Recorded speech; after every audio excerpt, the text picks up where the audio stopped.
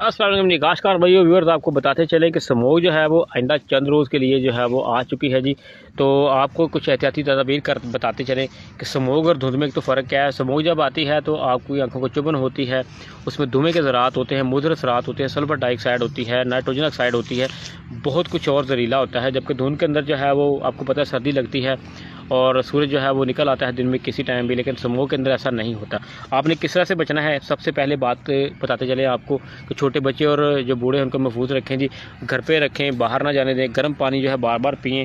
उसके बाद ज़्यादा वक्त घर में गुजारें, घरों की खिड़कियाँ और दरवाजे बंद रखें, बाहर निकलते वक्त चश्मा या मास्क इस्तेमाल करें। ये तमाम चीज़ें आपको बताते चलें। ठंडे मशरूबात का इस्तेमाल बंद कर दें, जहाँ मिट्टी उड़ रही है वहाँ पर मत जाएँ, वहाँ पर पैर ही फेंकें, गाड़ियों का मुआयना करवाएँ। ये तमाम चीज़ें आपने करनी है, तो फिर आप जो है वो स्मोक से जो है महफूज रह सकते हैं। स्मोक की वजह से आपको दमा, जल्दी अमराज, टीबी वगैरह, फेफड़ों की बीमारियां और कैंसर वगैरह जो है वो मुमकिन तौर पर हो सकता है।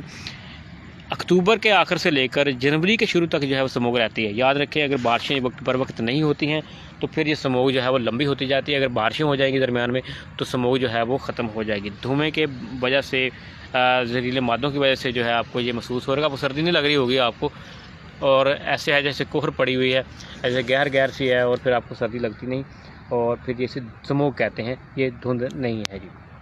तो इसलिए एहतियात करें। शुक्रिया जी।